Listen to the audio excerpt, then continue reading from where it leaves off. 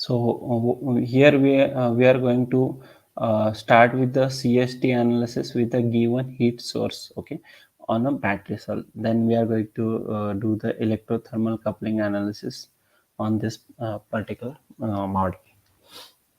Okay, so for this, let me take it back. So this is the window of ANSYS, we can say, Fluent. Okay,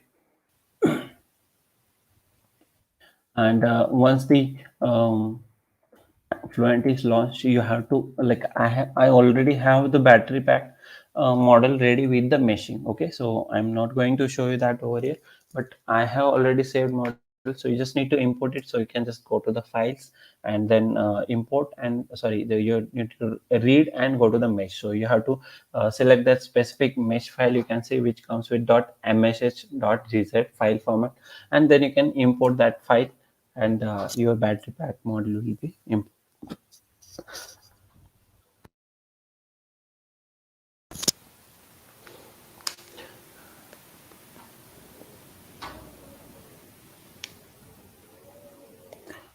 Okay, so once the model is imported, so first of all, we are going to do the CST analysis over here.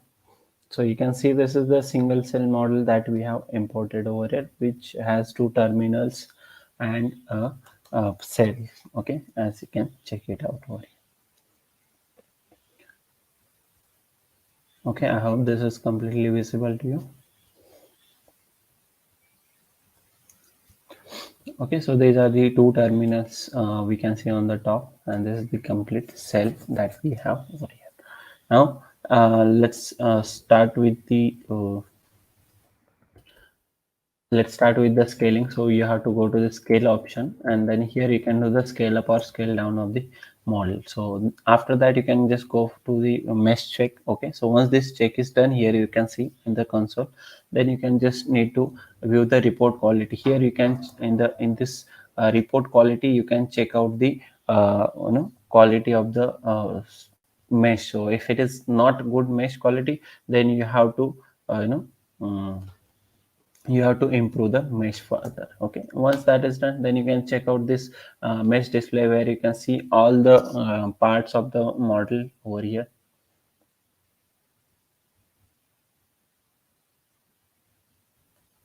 Okay, so you can see this is the uh, cell solid tab. So these are for the N junction. Okay, and this is for the P. You can check it out. So both are like these are the top surfaces of this terminals, we can see, and this is complete battery pack, you can see over here.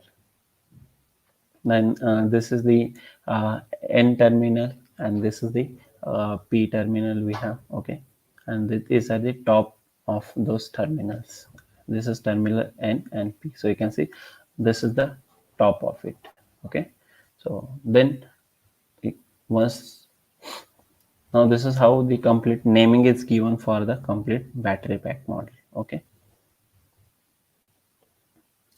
and then you can even change the units over here. So as per the requirement, you can change the units.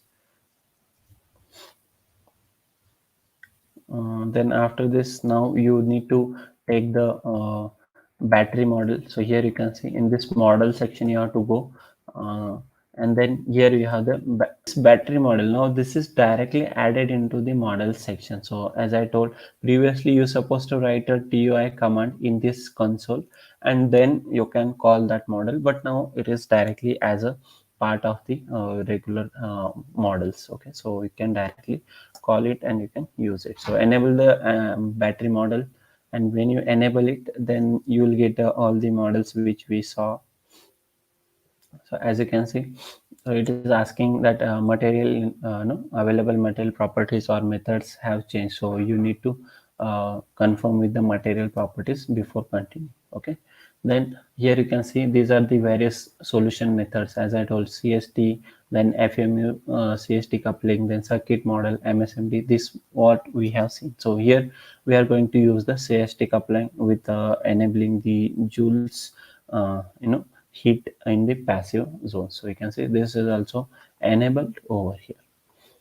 And then you can go to the conductive zone, where you can see the different active and passive components. So this cell is nothing but an active component, and these terminals, those will be the passive components. So you need to select those components over there, and you can even display them. So you can see this is the active component that you can check it out. So just click on display, so it will show you this active component over here.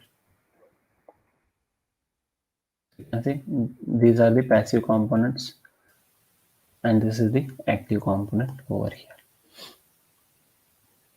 Okay, then after that you need to go to the third tab, that is electric contacts, where you have to define the different negative and positive terminal. So you have to select the terminal N in the negative and terminal P in the positive side. So here you have to select the terminal P. Okay, and then you can print this system connection information, so that that will actually show you whether this complete software has actually detected the complete model. So here you can see in the bottom side it is showing number of battery series stages 1, number of batteries in parallel per series stage 1. So it is a single cell, we can say, which is available over here. So here you have to give the energy. Here let's say we can give the 5 watt over here, and then you can give the electric current, that is let's say 56 ampere over here. Okay, then say okay to this, and again we need to reinitialize. That's what it is showing over here.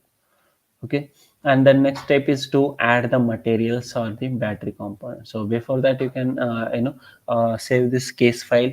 So you can write case, and you can save the case file over here. So that can be used for the further processing whenever it is required. So you can see I have just saved it, and then you can go to the material side. So select on the materials, and then here you can add new materials. So you can add the various materials. So we have to add a material for the active component. So let's add a active material. So I have just selected this aluminum, and now you can rename it and you can change the properties as per the material. So let's say give name as active material over here. Okay, and then go for the chemical formula, that is changed to A. Okay, so chemical formula is A over here, or you can give any name, doesn't matter. Okay, and then density. Here you can see density is 3000 cp, that is specific heat is given as 1224 for this. And then the thermal conductivity, we have to give it as a orthotropic. Okay, and here you can see we have to define the directions and the thermal conductivity components in all these three directions over here. So you can see 100,010 is given, and then you have to give the conductivity constants 132 and 32. So this data you will be having with you, so you have to give as per the data. Then you have to give the electrical conductivity, which is 2 e raised to 7. Okay, once that is done, click on change create, and you can create a material over here, and it will ask you to override. So say no, so that aluminum will also be there, otherwise it will be override with the new material. Similarly, we have to create another material over here uh, for the okay. So here we just need two materials, so you need to assign that. For cell solid we have to add the active material, so which was the part of the active material, this complete cell, and the passive material was the terminal. So there we have to add the aluminum material. Okay, so here you can see, just select the active material and apply, then select the terminal P, and here you have to you know keep this aluminum as a default material for the terminal. So that is a default material, so no need to change it, it will be automatically over there. Then we have to go to the boundary conditions now. So boundary conditions can be applied in a different way, like you can apply from this outline view, or you can apply even from the display side, from the graphic side, we can say. Okay, so here you need to select the multiple surfaces, and automatically it will show you the multiple edit wall. So here you can just need to click on more, and here you will get an option to apply the boundary conditions to multiple wall at a time, as you can see over here. So here we have to give the convection for this particular model. Okay,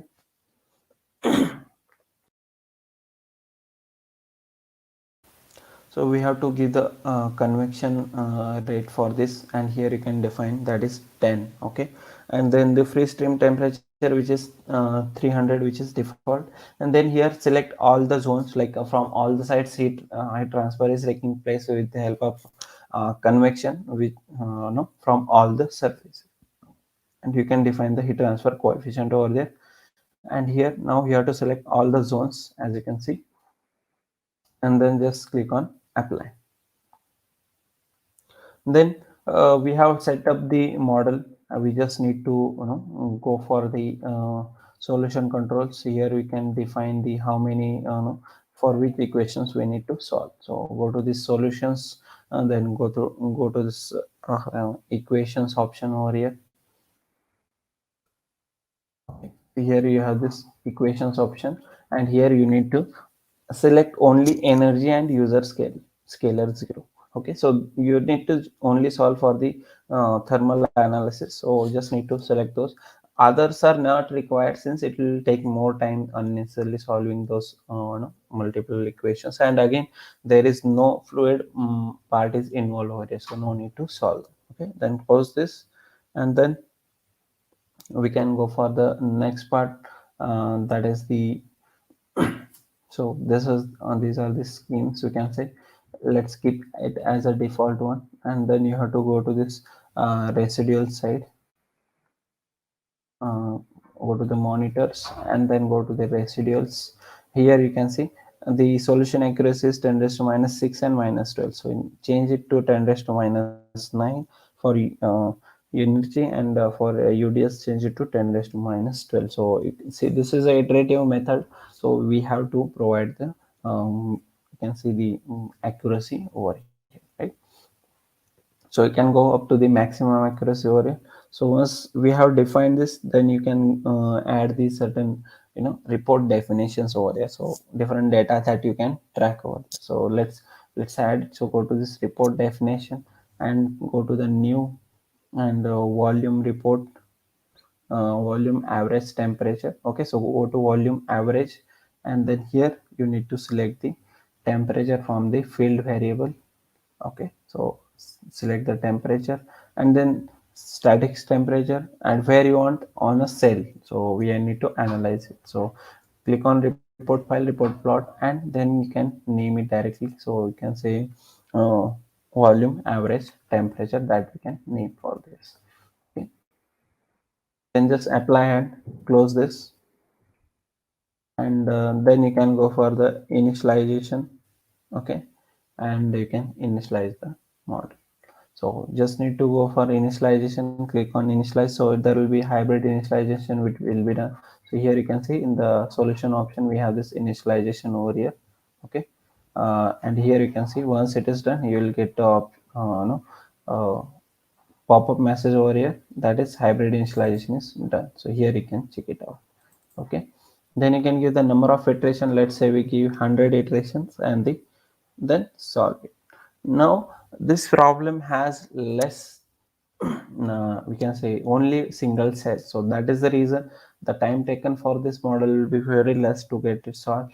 But when we see the complete battery pack, so it consists of the multiple cells, so time taken for the solution for that model will be definitely higher. Okay, so we need to have patience for that time, right? So you can see we are getting a graph of volume average temperature that we set as a monitor. So we are checking the average temperature inside a complete cell volume. Okay, and this is these different we can say the residuals which we are solving for. And I'll just forward this so that this time we can so you can see at 40 iteration we got the solution, and here you can see the calculation completed, and you will get to see the results. Okay, Then go to the contour side. Here you can add the contour.